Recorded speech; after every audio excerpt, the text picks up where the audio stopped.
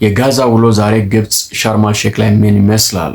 ትራምፕ ባቀረበው የ21 ነጥብ ፒስ ፕላን መሰረት ሐማስን ትጥቅ ማስፈታት፣ የታገቱ ንጹሃን የእስራኤል ዜጎችን የማስፈታት እና ሌሎችንም ነጥቦች ያካትተው የፒስ ፕላን የመጀመሪያው ፌዝ ተግባራዊ የሚሆንበት ሳምንት እንደሆነ ትራምፕ ተናግሮ ነበርና በዚህ ምክንያት እስራኤል፣ ግብጽ፣ ሐማስ፣ ካታር ይህንን ፕሮሰስ ለማስፈጸም ሻርም አል-ሼክ ላይ ከትመዋልና በዚህ ውሎ መሰረት ሐማስ የአቋም ለውጥ እንዳሳየ ማወቅ ተችሏል። በእስራኤል ሙሉ በሙሉ ከጋዛ ለቃ ካልወጣች አፍኜ የያዝኳቸውን ንጹሃን የእስራኤል ዜጎችን አልለቅም የሚል ነገር መናገሩን እስራኤል በቱርክና በካታር ላይ ቅር እንደተሰኘች፣ ምክንያቱም የመጀመሪያ ፌዝ ንጹሃን ዜጎችን የማስለቀቀው ሂደት ሐማስ ይለቃል ብላችሁ አስማምታችሁ እስከ ግብጽ ድረስ አስመጥታችሁ ሐማስ ግን ይህንን ሊያደርግ አልቻለም በሚል በግብጽና በካታር ላይ እስራኤል ቅር እንደተሰኘች ሰምተናል።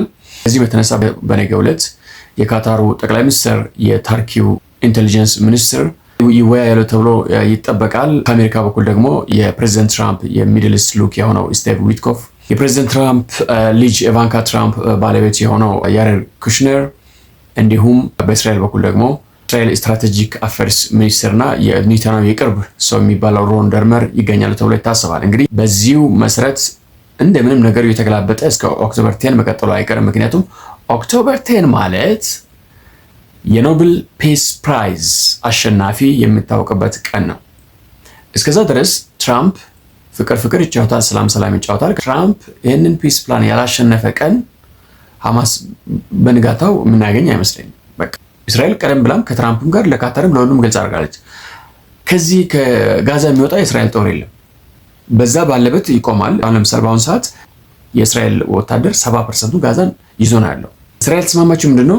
ባለበት ቦታ ሆና አተኩስም፣ ምንም ጥቃት አይደረግም፣ ይቆማል።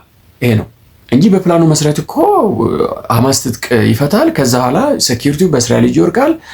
ሲቪሊያን አስተዳዳሪዎች ደግሞ ቶኒ ብሌር፣ ትራምፕ ምናምን የፒስ ቦርድ ምናምን ሆኖ ጋዛን ያስተዳደሩ፣ ግን ሴኩሪቲው በእስራኤል ውስጥ ነው የሚሆነው።